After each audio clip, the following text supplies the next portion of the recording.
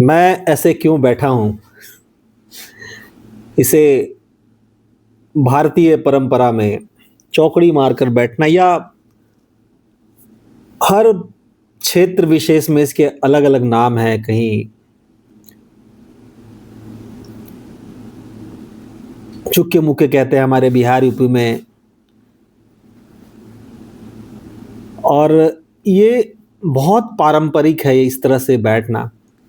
लेकिन जैसे-जैसे समय बदला, गाँव का शहरीकरण हुआ, तो धीरे-धीरे ये जो बैठने की परंपरा थी, हमारे ग्रामीण क्षेत्र से वो बिल्कुल खो गई।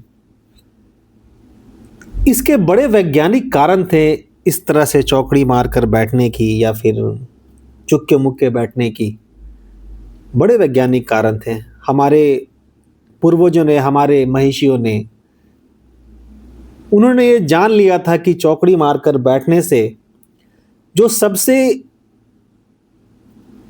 महत्वपूर्ण है वो ये है कि जैसे ही आप सुबह उठकर चौकड़ी मारकर बैठते हैं या चुक्के-मुक्के बैठते हैं, त तो आपका मूलाधार से ब्रह्म तक जो स्पाइन कोड है, या हम अपने भारतीय परंपरा में इसको मेरुदंड कहते हैं, जो आपके शरीर को 2 हिस्सों में बाँटता है, या यूँ कह लें इड़ा और पिंगला, या चंद्र नाड़ी और सूर्य नाड़ी में बाँटता है। तो ये मेरुदंड, ये स्पाइन कोड आपके मूलाधार से ब्रह्म तक के सिरे को बिल्कुल संतुलित कर जाता है। इसलिए हमारे भारतीय परंपरा में इस तरह बैठने की कला को हमेशा से जीवित रखा गया। इस तरह बैठने से हमारे जो स्पाइन की या जो मेरुदंड की जो रक्त की जो गतियाँ हैं वो बिल्कुल सही तरह से प्रभावित होती हैं, जिससे आपके इस तरह बैठने से आपका पेट, या यूँ कह लें आपका पाचन तंत्र, क्योंकि जैसे ही आप इस तरह से बैठते हैं तो आपका नाभि बिल्कुल संतुलित हो जाता है, और वो जैसे ही आपका नाभि संतुलित होता है तो आपका पाचन तंत्र बिल्कुल सुचारू रूप से या सही रूप से वो चलने लगता है।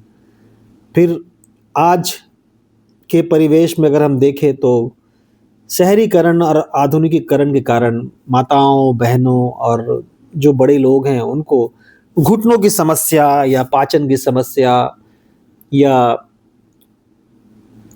बैक पेन की समस्याएँ से वो घिरे हुए हैं।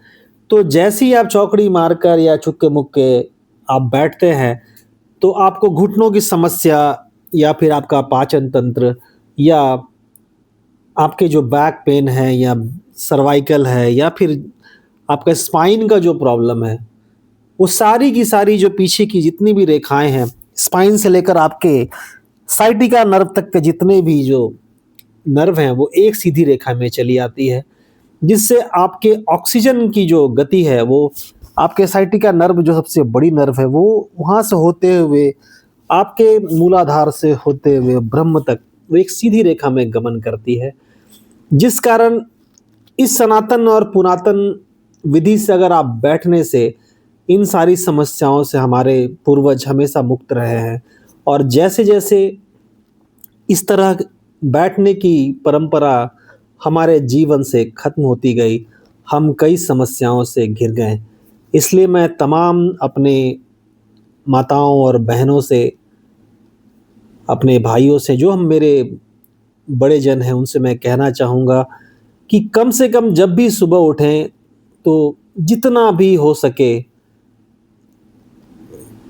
30 सेकंड, 1 मिनट, डेढ़ मिनट, 2 मिनट, जितना आपका शरीर इस तरह बैठने के लिए सक्षम हो, एक प्रयास करें इस तरह से बैठने का। ये आयुर्वेद में या हमारे जीवन सनातन परंपरा में यह एक यौगिक प्रक्रिया है। इस प्रक्रिया के तहत, इस प्रोसेस के तहत आप हमेशा, और आप क्रियाशील रहते हैं और आपका सारा शरीर जो जोड़ों से टिका हुआ है, उन जोड़ों में हमेशा ऑक्सीजन और रक्त की सही मात्रा में गति प्रवाहित होती रहती है। इसलिए कोशिश करें कि इस प्रकार से हर वक़्त कम से कम हर दिन 1 से 2 मिनट बैठें और यह बड़ा लाभदायक प्राणायाम है। अगर आपको याद होगा तो हमारी दादी, हमारी माताएँ इस तरह बैठकर प्रायः वो सुबह से लेकर रात तक सारे अपने नित्य कर्म किया करती थी। अगर शौच जाना है या फिर उनको कपड़े धोने हैं, बर्तन धोने हैं या फिर उनको रोटियाँ बनानी हैं और हमारे इस परंपरा में ख़ासकर हम हमारे ऋषि परंपरा में हम इस तरह बैठकर ही खाना हम प्रारंभ करते थे। इस तरह बैठ के खाने से सबसे बड़ी जो उपलब्धि वो ये है कि जैसे ही आप इस तरह से चुप बैठते हैं तो आपकी नाभि और पेट एक समतल, एक समान रेखा में आ जाती है और जितनी आपको ज़रूरत है भोजन की उतना ही आप कर पाते हैं। उससे अधिक आप करने में सक्षम नहीं हो सकते हैं क्योंकि आपका पेट बिल्कुल दबा हुआ है और इस अवस्था में आप भोजन ज़्यादा कर नहीं सकते हैं। जितना भी आपके शरीर को भोजन की ज़रूरत है, उतना ही आप कर पाएँगे। तो एक कोशिश, एक प्रयास ज़रूर करें, जो भी माताएँ या बहनें हैं, इस प्रकार से बैठने का एक बार प्रयास करें। सुबह उठें तो सबसे पहले इस तरह से बैठने का प्रयास करें। इससे आपकी शरीर की सारी यौगिक क्रियाएँ गतिशील हो जाती हैं